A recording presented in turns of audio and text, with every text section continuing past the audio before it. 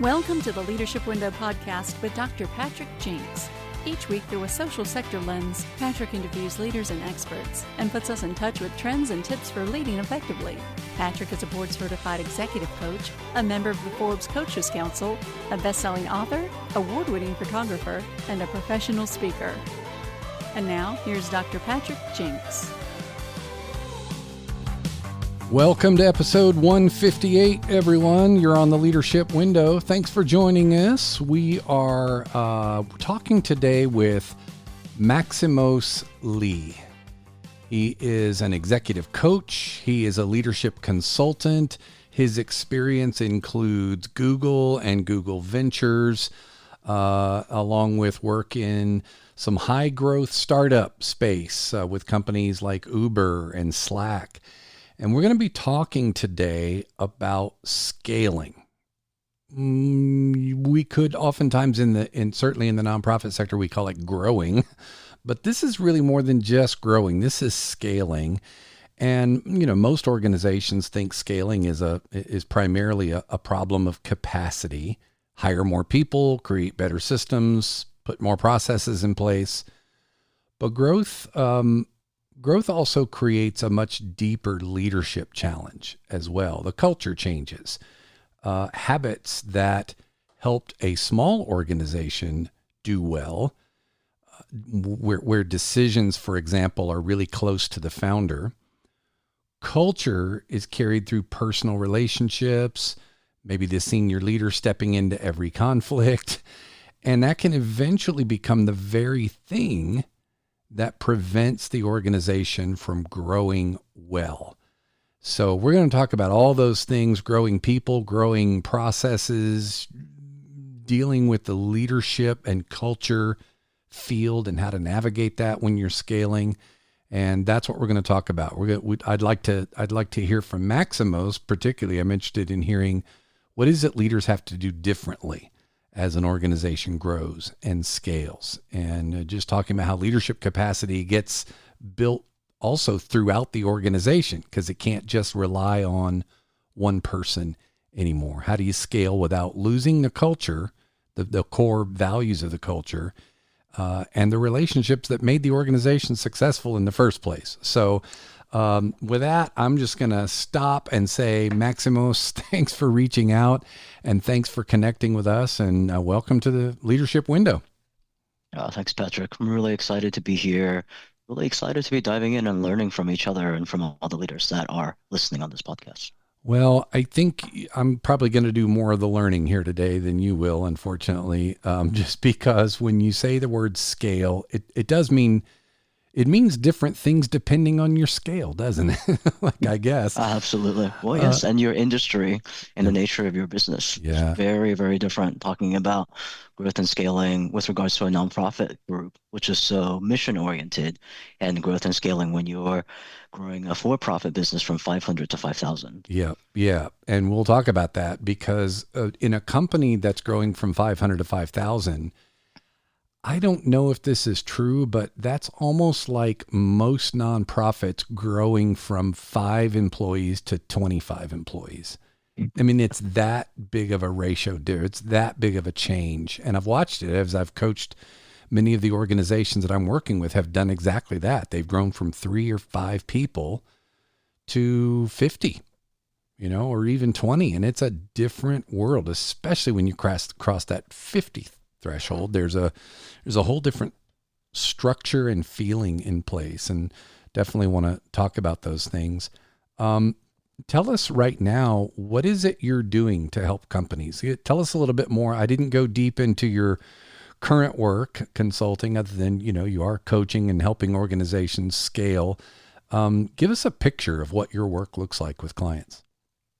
Yeah, I would say I am privileged to be working in something that feels very aligned to my purpose as a leadership coach today, because I have benefited from people who have been invested in and been coached previously.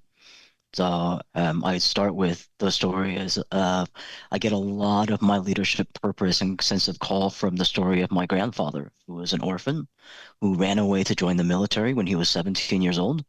And by the time that he retired, had been promoted and grown to retire as a four-star general. And the amazing thing about that story, as it's been passed down in my family, is never was it considered to be a story of, oh, look at this guy who just worked himself to greatness and pulled himself up by his bootstraps. It would be such I mean, it's a luxury that we couldn't afford to actually tell the story in that way. Because when you're in the military, you don't have free time. Everything that you do, you have to ask for permission. And when you're 17 years old and an orphan, you don't know how to read. You don't know how to do math. You grew up in a small rice village. The earliest memories that I have, having been born in China, was don't run barefoot through the rice fields because snakes will bite you, right? So somebody in his chain of command said to somebody else, we should teach this guy how to read, and invested in him. And then somebody else volunteered and said, I will spend my precious sleep time teaching you to do math, right? Those are not classes that they are like regularly have when you're fighting World War II in the military. But somebody built a system that invested in somebody, and that makes all the difference. Nothing about his potential changed, but he would have gone to become a very small person with very small self-esteem had he stayed in the system of that small town. And he became a general who then impacted a lot of people when he joined the system that allowed him to thrive. And then we moved to the United States, and I spent almost 10 years working in a company called Google Ventures, which, as the name would imply, is the part of Google that makes investments into small companies. And we make investments purely for capital returns. We don't make investments to try to acquire companies or get technology for Google. It took a long time for us to convince people of that until I think we wrote the first check into Blue Bottle Coffee. Then I could say, obviously, Google is not trying to buy Blue Bottle Coffee. Everybody just relax. I'm not stealing your secrets. We just want to make you successful so that we can all make money together. But I saw Nest go from 50 to 150 people. I saw Uber go from 80 to 500 in 6 months. I saw Slack open its third office in New York and help them recruit for that. So I think that what is kind of makes me feel sheepish about today's conversation is I have clients, I would say 25% of my clients come from nonprofits. Some of them religious, a lot of community oriented, but the majority of my playbook really comes from looking at these startups go from, 12 people in a garage, all dudes, literally garage, right, into 80, 500 people. And the thing that I think is similar to nonprofits is all of them are started by founders who had perfectly great careers in other places and gave it up because they had a vision of something that could be possible. And it's so real in the founder's mind that they're just waiting for everybody else to catch up. And so then when you go from 12 to 50 people with such a clear sense of vision, but more complexity and more people, how do you actually manage to scale yourself so that you can actually drive the impact that feels so clear to you, but no one else sees it as clearly as you do? I don't want to oversimplify this because this is not a world in which I'm very well versed, but for the 12 dudes in a garage that you talked about, and then they're going to 80 or 500, like in no time, that is due, is it not, to the ability to sell, to gain the confidence of an investor who provided the capital to help them scale. In other words, and I'm saying this because in the nonprofit world, it isn't that simple to just go find investors. You got to find what we call donors. And we can use the word investor with a donor and tell them we want you to invest in our mission. We want you to invest in our programs, but it's different because they're not getting a monetary return back. And to go from, a small nonprofit that's founded in a community with, one or two staff and a board of directors decides they want to do this, it's not as simple as saying, man, our service is so good, we can go to some venture capital company and get them to invest millions in us and we'll scale this. And that is such a big challenge when you talk about scaling in the nonprofit sector versus the sector that you're working in. Yeah, I definitely think the financing vehicle of a venture-backed technology startup, especially for software, is a different and easier game. Now, having been an investor, you know, 85% of our companies fail, so I don't always expect to Mm. get, but I expect to get bragging rights, which when I'm looking at my nonprofit clients filing for grants, right, or applying to the Gates Foundation, I don't know if there's a lot of bragging rights that you can, generate from being that check. Um, and then I think that what is interesting is that more and more now you're seeing people in the hardware space, because of NVIDIA's dominance, actually getting government funding, nonprofit funding for hardware manufacturing. And that's a different place as well, where you're just like, oh, yeah, okay. So I get it. This is a very different kind of scale because the constraints make you so much more creative. Are you familiar with the concept of impact investing? There's a number of Yes. philanthropic foundations Hmm. that have, that are either impact investors or they at least have an arm of their work that is Yeah, impact investing. I'm just that's right. curious in your space, you may not have, but do any come to mind as ones that you recognize and go, yeah, do you have any stories to tell around that or you're just familiar with the concept? Well, the Emerson Collective is one that's around my backyard that does a lot of impact investing, and I believe that is Steve Jobs' widow. I think that's her foundation. Okay. But what they want to do is they want to buy shares or some sort of, ownership into mission organizations that are predominantly nonprofit. So there will be certain filmmaking, right, to tell indigenous stories. Or we were trying, unfortunately, unsuccessfully, trying to get her foundation to invest in a nonprofit that I work with called 1951 Coffee, which trains refugees to become baristas. And yeah, that definitely creating a different kind of yeah, I think it's like a very different philosophy around nonprofit fundraising and financing, and it forces them actually to think a lot more in terms of metrics that I learned a lot from knowing people who worked at the Gates Foundation.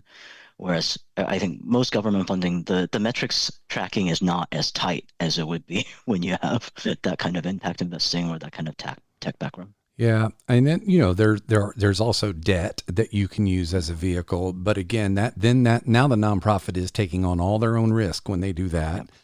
yeah, So what comes to mind for me, and we'll move to the scaling conversation in a minute, but it dawns on me that this scaling requires some selling to uh-huh, someone, and yeah, so for the nonprofit leaders, it's about making the case that the ROI is not a bank account ROI or a portfolio increase if you're investing.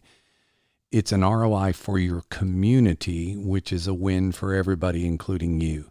So, for example, when we used to talk about investing in early childhood development, well, I'm not getting a kickback for that if I invest in that, not getting a financial plus as the organization raises money, but I am getting a better community because if kids are getting to kindergarten ready on time, they're more likely to thrive in school, graduate, become a part of my workforce. So if I'm running a business in a community and I'm struggling with hiring, boy, I want to look, what did they say? The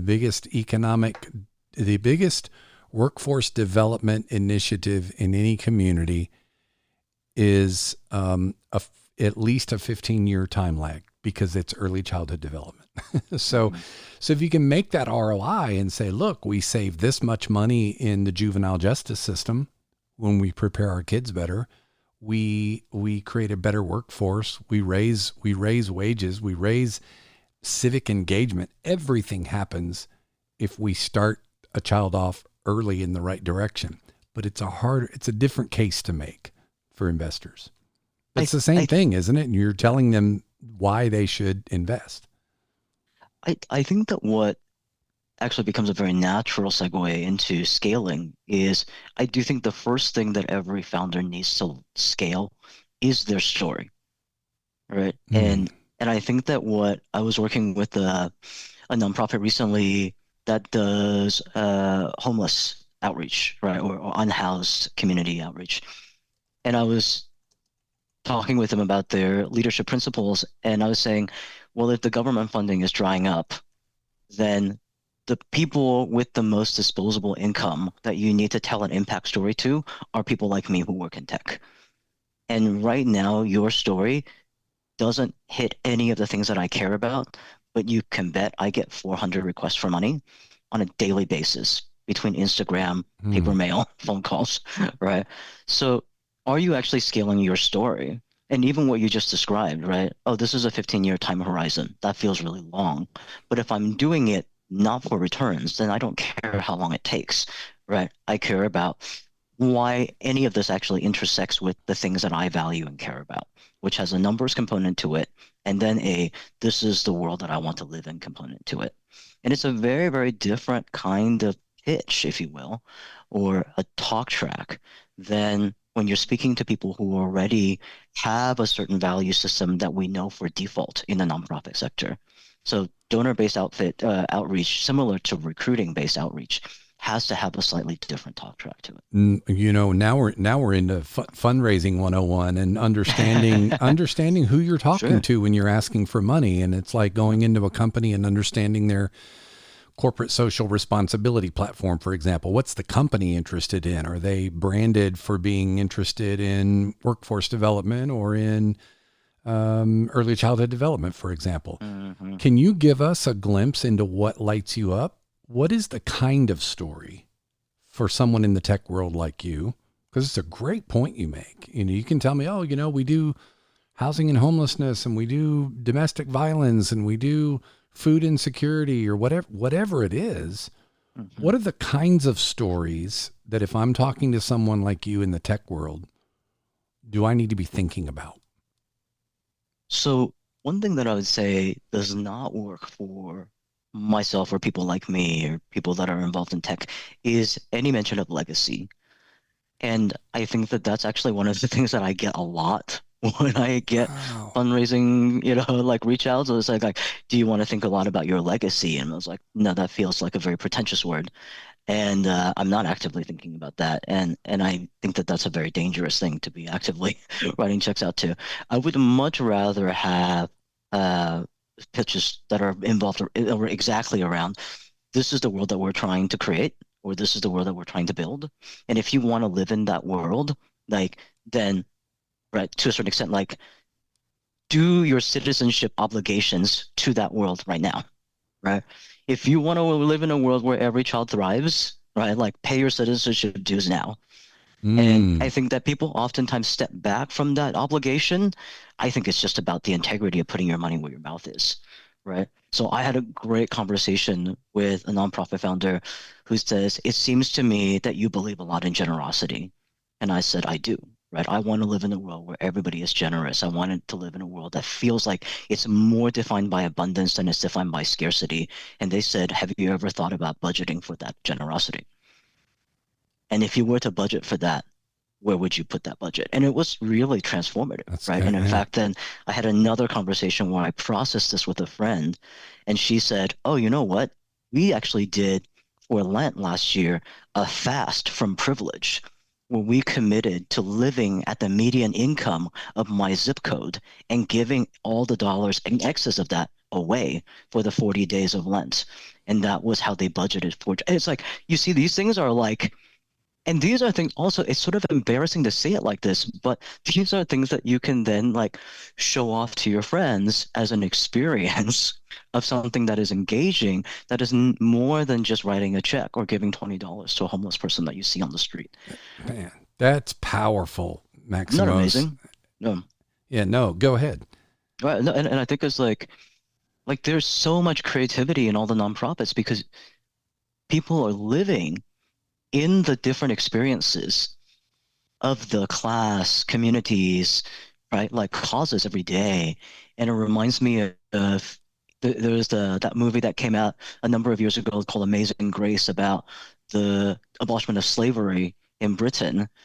And they depict how the most powerful thing that they did to really change the perception of it in that time was they let these, Parliament people walk through an empty slave ship and just smell the smells, right? The experience of it made something that felt very let me do you a favor about them into something that they are now part of the experience of. And so, like, if you believe, like, have you ever thought about budgeting for generosity? Have you ever thought about actually budgeting generosity and having an experience of it? And then learning about the things that actually drive more empathy, more solidarity, more proximity to these causes that we care about. Like, Well, what is the median income of your zip code? It gave me such a different perspective.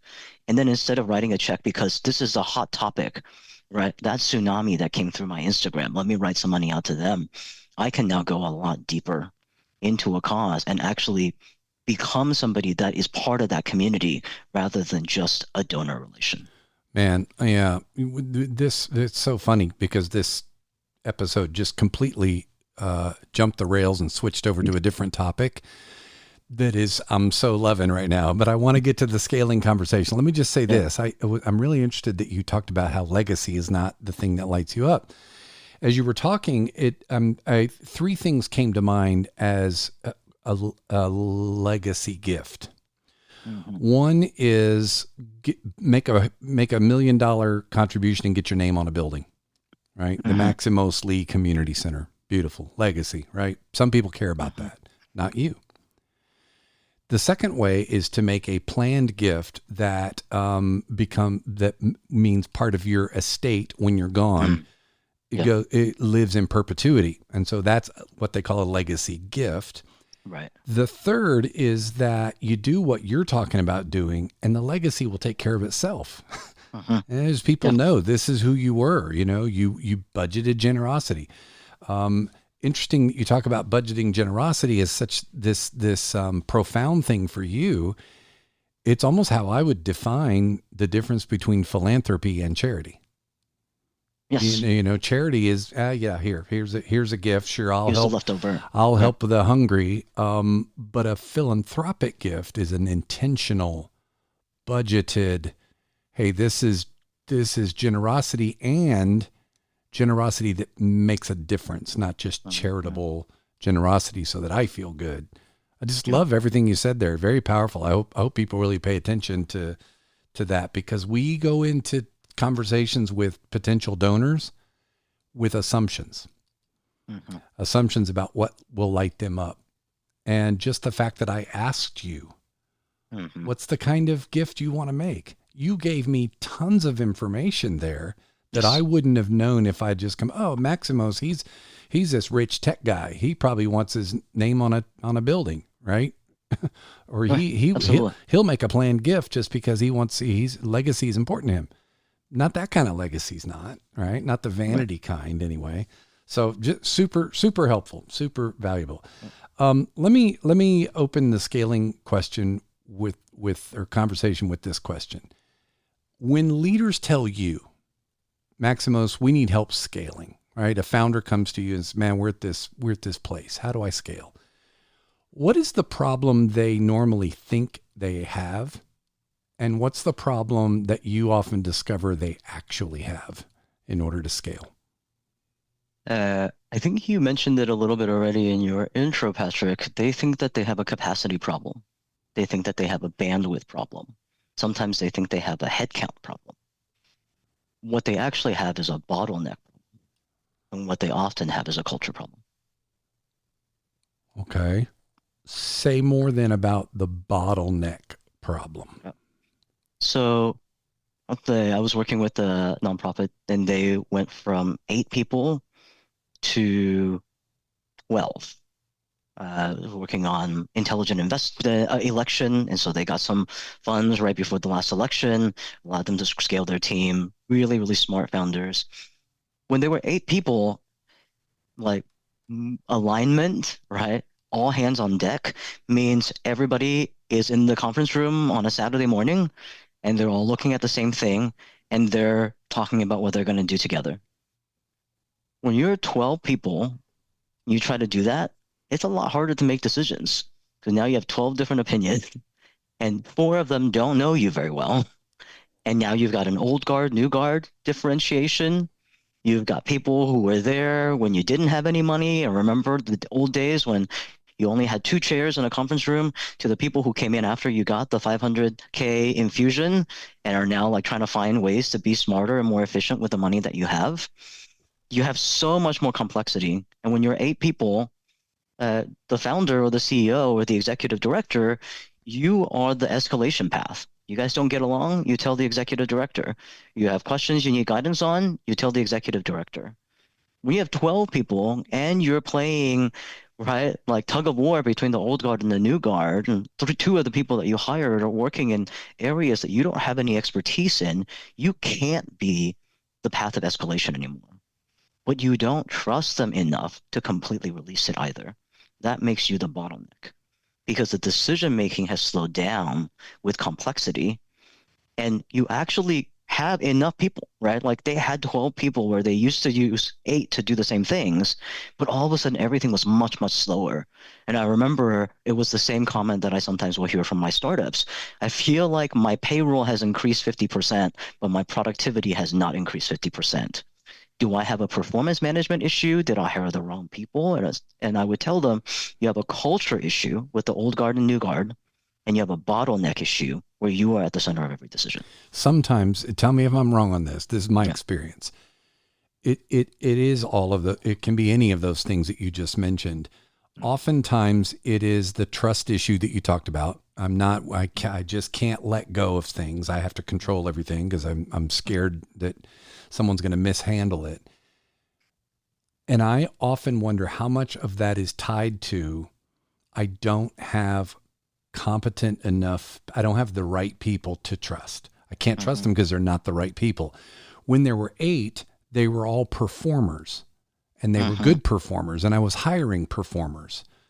When I get to 12, if I'm going to let go of some things, I have to not only hire performers, I have to hire leaders. Yeah. And that's a different hire.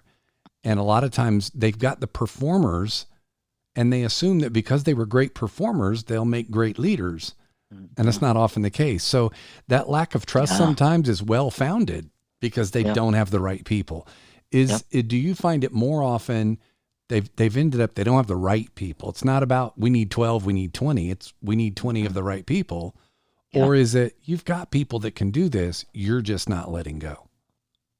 I think that it's always a little combination of both. Yeah. And in fact, sometimes what I'll say to people is we have this bias, right? I'm accustomed to being a team of 8 where I have 8 coordinators that are predominantly doers and executors. And they're kind of like high-level assistants because I tell them what I have in mind and they execute on my vision.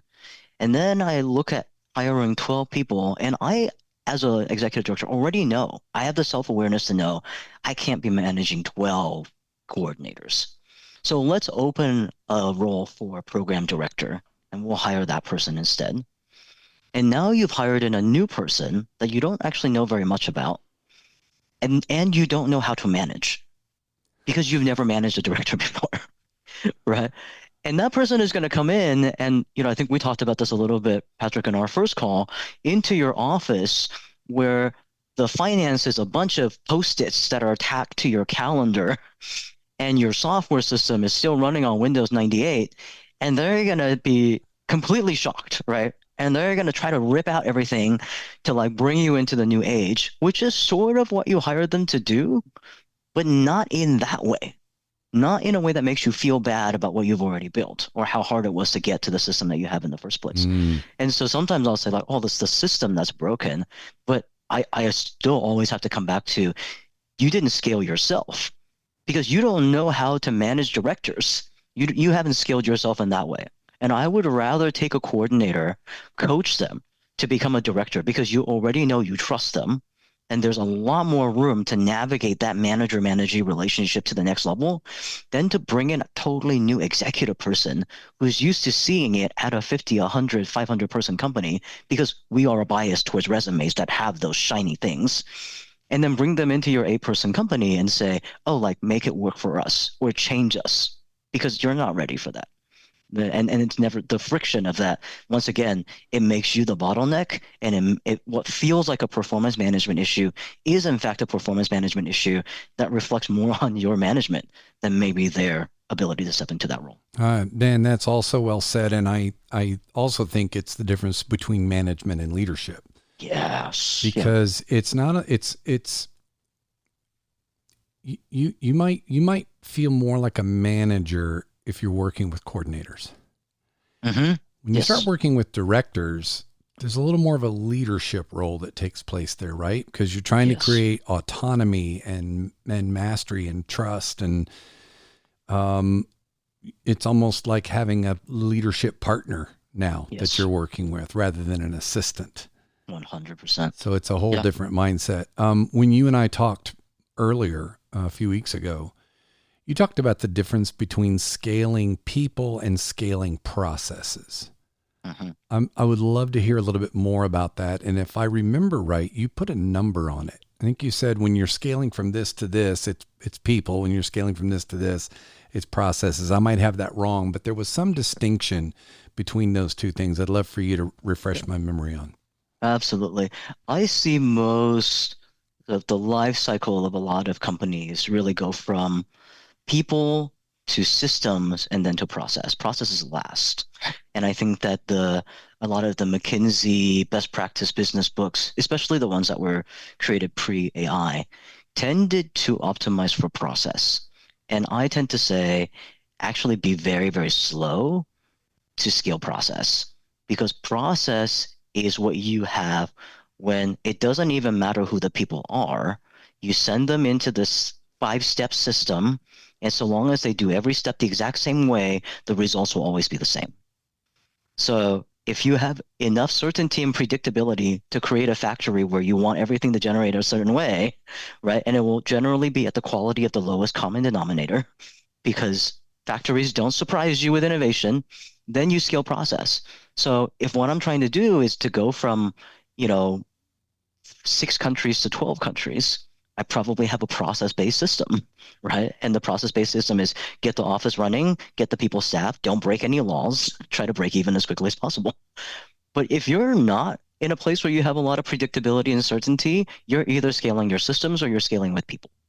I think that if the equivalent of less than 80 in a startup world is scaling with people, then it's probably the equivalent of anything less than 30 or 40 people in a nonprofit ecosystem. You're scaling with people. And what does that mean? I'm bringing in people who are going to do things very differently than how I would do it, who are supposed to own and generate their own project plans for how to deliver onto a vision. And those people will allow me to add complexity without losing quality or speed. And so I'm not expecting anything to be the same next quarter, much less next week. But what I am expecting is that the quality standard doesn't change, and hopefully we don't slow down too much. Yeah. Sounds hard to scale complexity with process. I was going to say, hard was the word that was sitting in my, that sounds hard, Maximos. All that sounds hard. It is hard. Yeah. It absolutely is. And again, the leadership piece, trying to think about, a founder,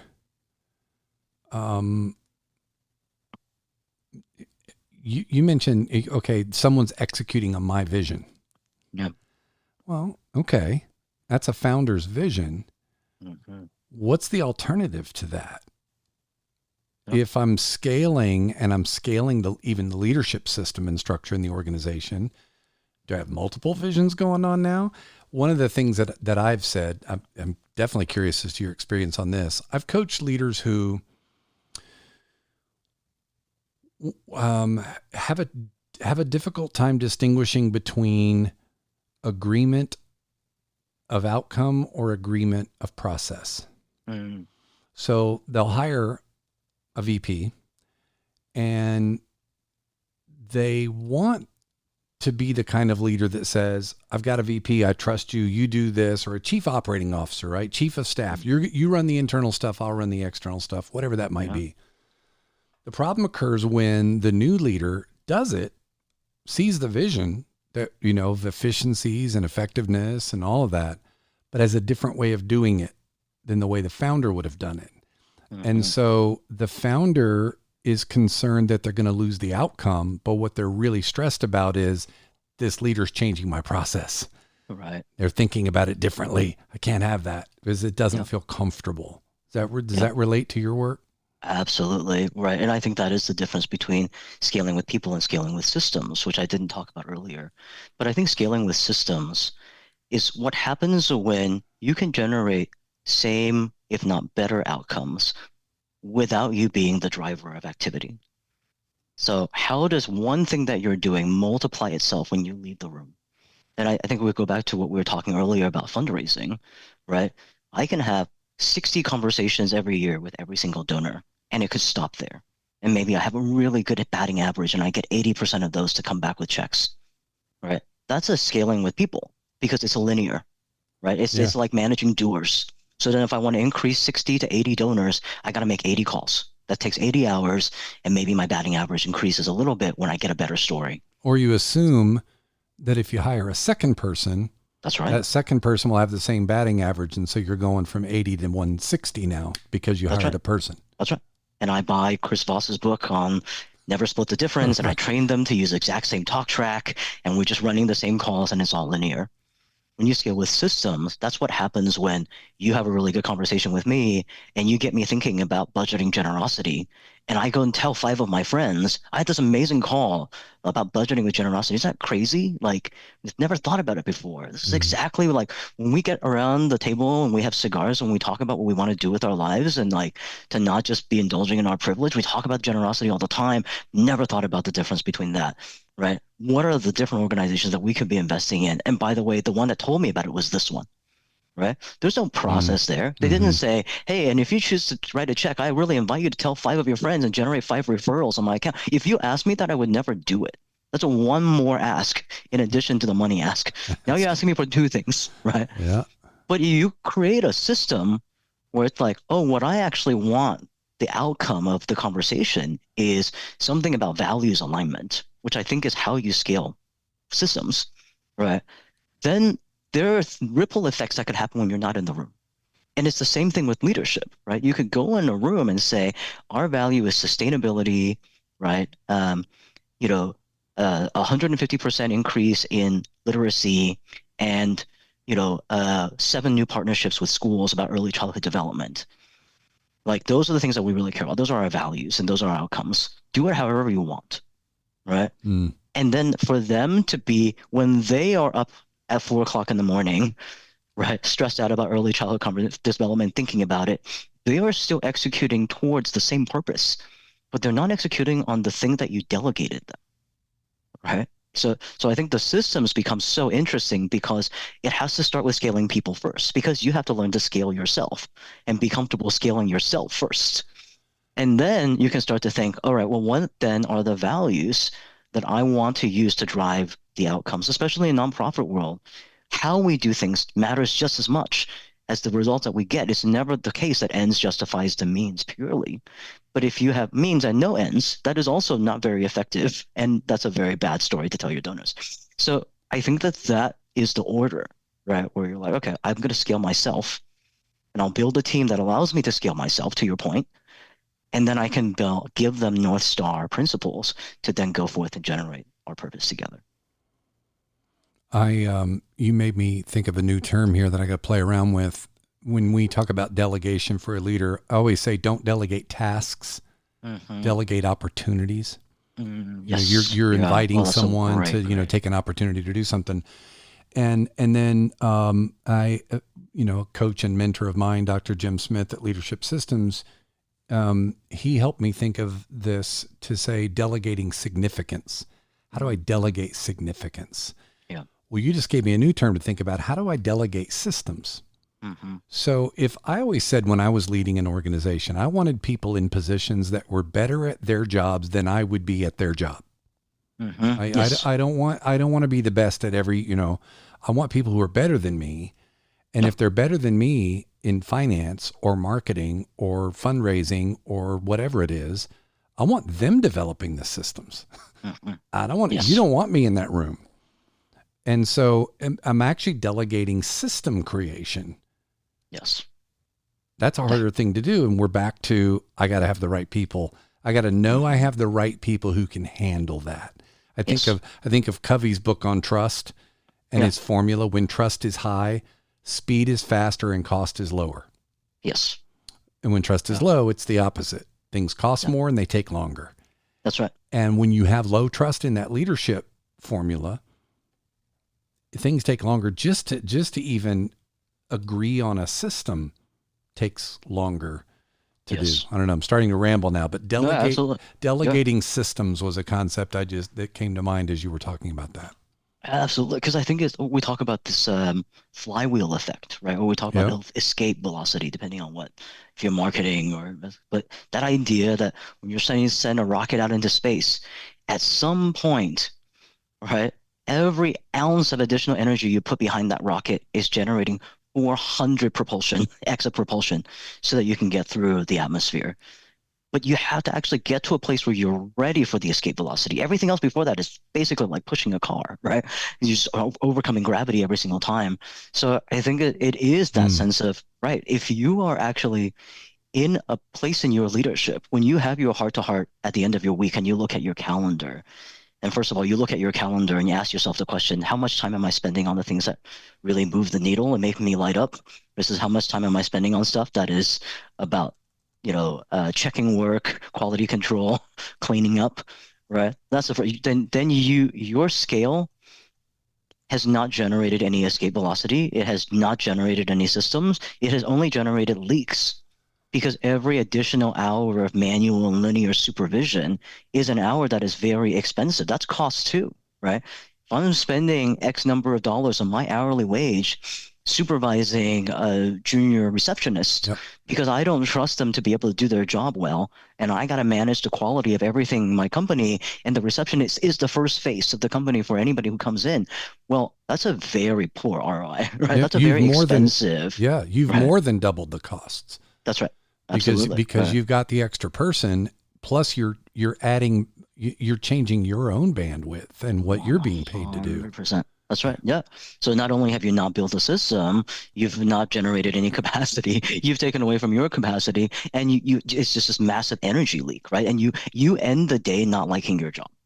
And I sometimes will say, if you're used to building a company like a hero, it's a very, very short distance to go from I'm a really good hero because I solve problems within 15 minutes of identification to I go into meetings and I ask everybody on my team, where are the problems, and I fix it for them, to I have a team of people who generate problems for me to fix, right? It's a very short distance psychologically to hop between one and the other. And in those cases, you are definitely not building systems.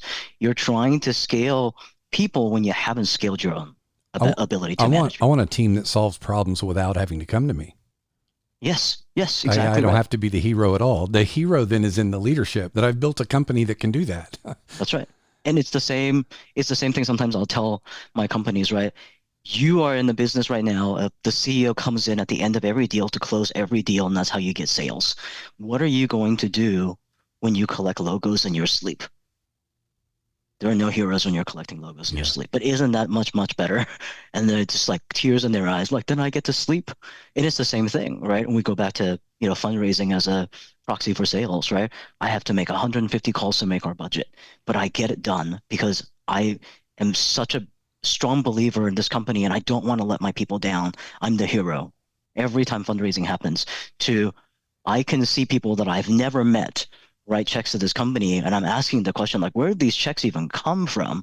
Because the people who I've had conversations with are going out and expanding that, right? Building systems that expand in a missional way, right? In a values-oriented way to the people in their community, and it's generating outcomes. Or I have a head of, finance and a head of community outreach that's going out and saying, when we started to call them not clients, but heroes, and then create an ability for the people who are coming to this food chantry to pick their own baskets based off of things that they like, and then recommend 3 people from their community that maybe needs this more than they do.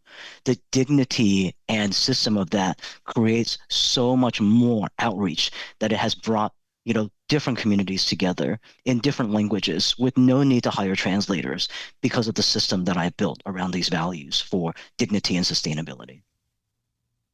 I wonder how much so let's take a smallish to medium nonprofit who's wanting to grow. I mean, we do a lot of strategic planning with nonprofits, and they all want to grow. You know, we want to expand our reach, want to reach more people, create more outcomes. And for them, it's always, I mean, you're talking about capacity, process, which comes first. For them, it's, well, I need money to hire more people. That's the first thing I need. I need money to hire more people. I need foundations who will just give me unrestricted, I should say, not unlimited, give me unrestricted funds and let me go out and hire this, you know, major gifts officer or whatever it is. Mm-hmm. And so it's always the money I don't have the money. Uh-huh. It always comes down to, I don't have the money. If I had the money, I'd get the people. And boy, if I had the people, I could do anything. And I remember two things about, you've alluded to one of them already, but I remember two things back in my United Way days. So I spent 20 years in the United Way network before I launched my coaching business. And I remember a leader in the network saying, you can create a volunteer center and you can put it online and make matching programs where volunteers can volunteer in their community, do all kinds of things. But when you build it, you better be ready for them when they come. Yes. Right. Or it's going to fail miserably. So the question becomes not how do we get more volunteers? The first question is, if we had more volunteers, could we handle them and how would we? The other one that I heard is that a lot of nonprofits think, oh, we've got this, we're a $500,000 annual organization or $1 million annual revenue, but there's this grant out here for, $20 million.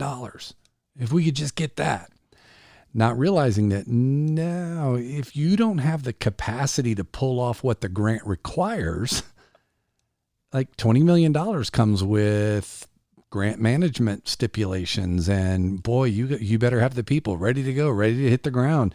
You better have the capabilities of hiring, even knowing what to hire for, and have the systems to hire them on time and get, you think that just by getting a $20 million grant, your problems are solved, when really it could actually backfire on you if you're not thinking first about what's the system I'm bringing this $20 million into? What's the system I'm bringing all these volunteers into once the system goes live? Mm-hmm. Yep, absolutely.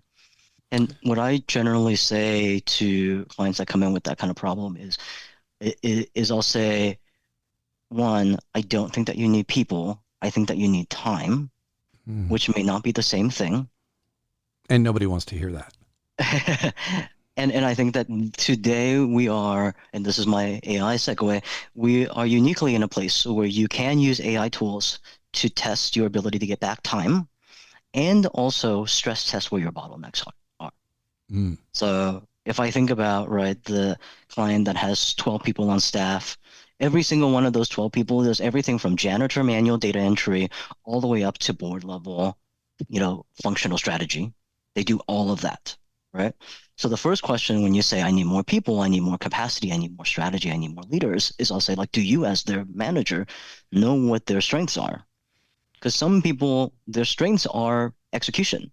And some people, if you gave them the time to do strategy, they would scale your complexity and build systems for you. So first of all, do you even know that? And then for the people that you think you have that, can we give them AI tools that take away 20, 30% of that manual data entry to free them up to test, right? That strategic thinking. Because if I think about the stuff that my nonprofits are doing, it takes 3 to 7 hours to make a PowerPoint presentation for any event. 3 to 7 hours. To make a good one, yeah. I can cut that down to 30 minutes with AI. Absolutely. You just talk into your voice recorder and say, I want the colors to be this. I want there to be no more than 8 words and a picture on each slide. And then all I have to do is edit it. By using AI, I've given back 5 hours of time. What are they going to do with that time? Are they going to do tactical things? Are they going to do more data entry?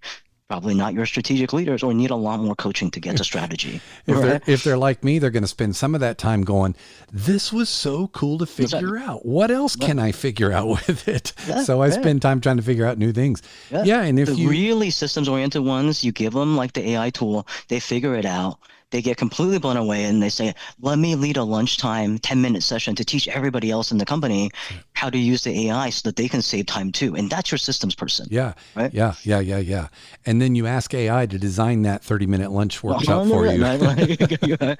But it's like, oh yes, you can see how you gave them like a gift, and then they turn around and try to extrapolate that without you being in the room to multiply the impact to everybody I'm else. spending about close to $3,000 a year in my little solopreneur coaching business on AI tools.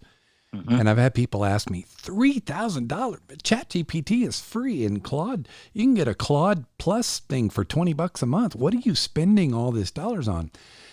And my answer is, well, yeah, if it's free and it will do so much for free, or you can develop AI systems and agents who will function and turn $3,000 into at least a $30,000 part-time admin assistant. Yep. Or better yet, a strategic thinker. And, when you take that PowerPoint you're talking about, and instead of doing that every time you need a PowerPoint, you upload your brand guidelines and your logo and a slide template, and you say, every time, this is the template you're going to use. Now here's the content I need.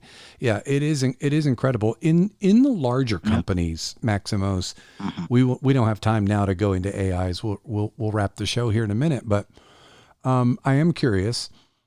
When you talk to a small organization, it's ChatGPT, maybe it's Claude, Copilot, all the ones we know that are basically chat bots that'll answer questions for you, and maybe they'll format a document for you. Then there's the agentic AI, like some of the stuff we're talking about here. What are the big companies, when they think about using AI in scaling, what's the number? What's the big systems thing AI is doing for them? They are building the essence of a company brain that holds all of the context and institutional knowledge. And that brain gets only trained by the highest performers.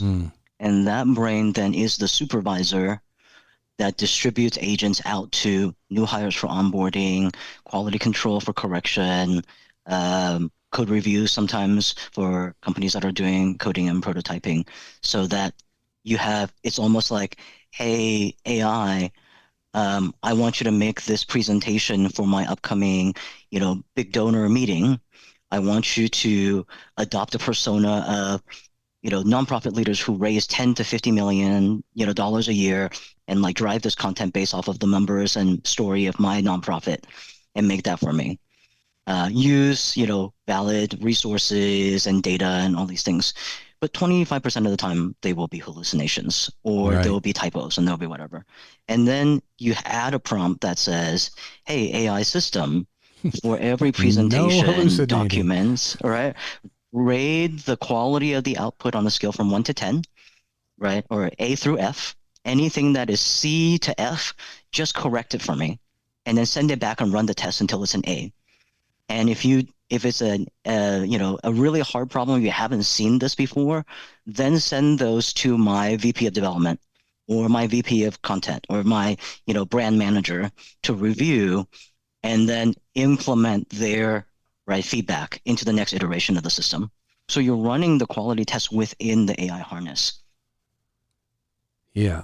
Which is like level 2, right? But I think that and a lot of nonprofits, there's so much stigma involved with using AI as well. Yeah. So it feels like, you didn't do your own work. You just cheated by using AI. A lot of fear, a lot of ethical questions, and I think we're definitely getting closer. But what you're describing when you say the brain, it's almost, it's like an enterprise resource platform reinvented.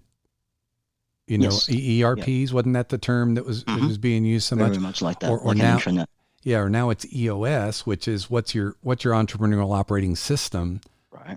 And now you have the AI version of that. I mean, when you think about the EOS, is that what you're describing AI can almost handle for you? A little bit. There are things that AI can't do. For example, it's not always good at resolving frictions or tensions that are interpersonal. Yeah. Or it will miss gaps. If I send it like 7 department goal reports, it'll just rate them individually, but then it will miss that, I have this cross-functional dependency. But the what the company brain is really useful for is when I've had clients just, oh, let's just give everybody a $500 ChatGPT budget. Go forth and make yourself more productive. You once again, if your judgment and decision making is not very good, and you do that at fast speed, Yeah. you will end up conflicting with each other. So then Yeah. the agents end up fighting with each other in a way that's actually not helpful for the business. And so when you have at least an accountability layer that's only the best human judgment that I've identified within the company at this time, that's generating the training model, you don't end up with mistakes actually making the model quality bad. And I think that's the difference. Very good, because even in old database systems, we used to say data in, data out. You put trash in, you get trash out. AI is the same way. If you don't know how to build it, structure it, prompt it, regulate it, vet it, all of those things, you're going to get bad stuff. We could do a whole nother episode on AI, but we won't. We'll wrap up our time. Man, this is great. Let me just ask you this. Is there anything else you came to this show wanting to share or hit on that we haven't been able to yet? No, I would just emphasize again, I think that so much of what you want to do as a leader, especially of an organization where the culture is so important, is to learn to scale yourself first. That's good. And be very, very clear about where are your weaknesses. And you can even run the experiment with yourself as the test subject first, right? Where am I doing manual data entry that's taking away from my ability to do strategic thinking and forward thinking for my team? All right. I mean, let's just use AI to build, right, the slide decks and give me back 5 hours of my time. Yeah. What am I doing with that extra time, right? That's a really good proxy for taking some of the stigma away. It's literally just helping you write emails that you review. It's literally just helping you, right, make presentations that you do the final touches on. You could give it 7 different copies of emails that you've written that you're proud of and say, use my voice to approximate it as much as you can. And don't never lie to me, right? I appreciate if you care more about accuracy and precision than about pleasing me, right? And you will get the time back. And that's a real good test, because if what you do with the extra time is more problem solving, more heroics, then even if you hire more people, it's not going to help you actually scale yourself. Right. So run that experiment and see for yourself, right? Am I actually somebody who's ready to be scaling, or do I actually need to make that person change, that identity shift first? Wow. A whole bunch of themes here, scaling your story. I love the concept of that. That's something we should all just pause and go, what does that mean? What does that look like for us? Determine your escape velocity. That is that's a really good one. Delegating systems was a new concept that came to mind through your find the bottlenecks and find them in advance of scaling. Find where they might be. This is rich. This is really rich, Maximos. Thank you for all of it. I want to point people to where they can learn more about you, and I think that's probably your LinkedIn page, is it not? Yes, that's correct. So yeah, Maximos Lih. And that is Maximos, Maximos, not Maximus. Yep. And Lih. I'll tell a fun story. So I was born in China, so I did not receive Maximus as my birth name. That was a name that I acquired when I was in graduate school and applying for my citizenship. And literally at the time, people were kind of teasing me a little bit about getting an easier to pronounce English name. And my professor, a man who became very much a father figure to me, said, you don't have to, and I think your name is great. But if you decide you want to pick up an American name, talk to me, because I think names should be given to you by people who have hopes and dreams for you. Oh, man. And Wow. He gave me the Greek spelling of the Roman name, Maximus, because I was in the Greek part of classical studies. And he said, you're very smart and you are very impatient to make the world a better place. But you need to remember to slow down and remember there is time to make room for everyone. And that's why he named me Maximus. Ah, that's so good. Maximos. And it's Maximos Lih, and Lih is Lih. So look him up on LinkedIn. We'll have his LinkedIn page linked to our podcast page on our website for those that want to see it. Maximos, there are 2 questions I like to ask all my guests before I wrap a show. because I love the stories, and it's always inspiring. And the first one is, who comes to your mind as a leader in your life who you would say has had profound impact or influence on your leadership and the way you think about leadership? And this can be someone you know, you've worked with, someone from the past, someone you've never met, but a leader in your life who has had that profound influence, and why. Yeah, I'll name two, and I can give you both of them. And the things that come to mind about why they're the two that I've chosen is also probably the answer to your second question, which is what advice would you give? So the first one is my first leader, the CEO from Google Ventures, is a guy named Bill Maris. And Bill was an extremely values-oriented leader. He would go into every investing conversation, and it would almost be as if he was forcing us to say, if we can't write this check, then I'll quit my job. And it was because he felt so strongly that we had people who were coming in that were asking us for investments that came from like this person's pool party or this person's Harvard network. And so you would end up making investments based off of how much you like somebody as opposed to conviction for the product. And so he's like, no, I want us to be making investments out of conviction. And his best piece of advice to me, and the way that he very much lived in his life, was there is a difference between everything that I can do and the things that only I can do. And that is something that you need to take very seriously. Right? And so we did that for the money that we were privileged to invest, as well as for how he thought of his time as the CEO of the company. The second person is somebody that I met quite recently, and her name is Jacqueline Fuller. Jacqueline is the recently retired CEO from Google.org. And I met her in a completely different context, where she had gone on a pilgrimage to walk in Spain, right? And I was sort of like watching her photos and talking with her. And what she really taught me when we started to get more close and get to know each other was be just as aware of the things that you need to pick up as the things that you need to put down. And she has this great story of being on the Camino where these people are supposed to like put down something at the cross for this one station. And she couldn't think of anything that she really wanted to release. But then as she was walking towards the cross, she saw this little piece of rock that had the word joy painted on it. And she was like, oh, that was a moment where I was supposed to pick something up. And of course, to make space for the thing that I pick up, I have to remove other things. But it was actually the act of picking up the thing that I wanted that then made it worthwhile to think about the things that I wanted to push aside. Wow. I heard something a long time ago, and I don't remember the exact quote. And I've even tried to look it up and I haven't been able to find it, but something like you can't take something away if you come with your basket already full. Yeah. I think it's something like that. You got to empty your basket. I appreciate it. And then, there's two blendings to the two stories you just told. I love not only what are the things I can do, but what are the things only I can do. Mm-hmm. The second one almost adds a third component to that, which what are the things I should do and shouldn't do? Just because I can do them doesn't mean I should do them. That's right. Yeah, absolutely. Yeah, man, that's really good. Well, my last question, as I've already tipped you off a little bit, and you may have answered it, and if you have, answer it again, but in the framing of the question. And the question is, you're standing at the top of a mountain. You have a megaphone, and you're talking to all the leaders at the bottom of the mountain, and you're giving them the Maximos Lih 15-second soundbite on leadership. What to you is the most important thing that all the leaders of the world should keep in mind as they lead? Be the leader of the company that you're trying to build, not the one that you're trying to grow out of. Ooh. Say it again. That was so good. Be the leader of the company that you're trying to build, not the one that you're trying to grow out of. That's good. That's good. That's, that's the ramped up version of, dress for the job you want, not the one you have. A little bit. And, but we're dressing our minds. We're dressing our mindsets.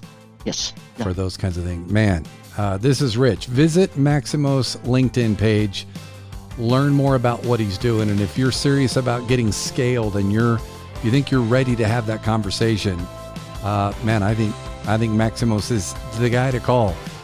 Thank you so much for the generosity. I think people would have paid for this episode. So that's what we want. Thank you so much. So much fun, Patrick. I learned a lot. All right, everyone. Lead on.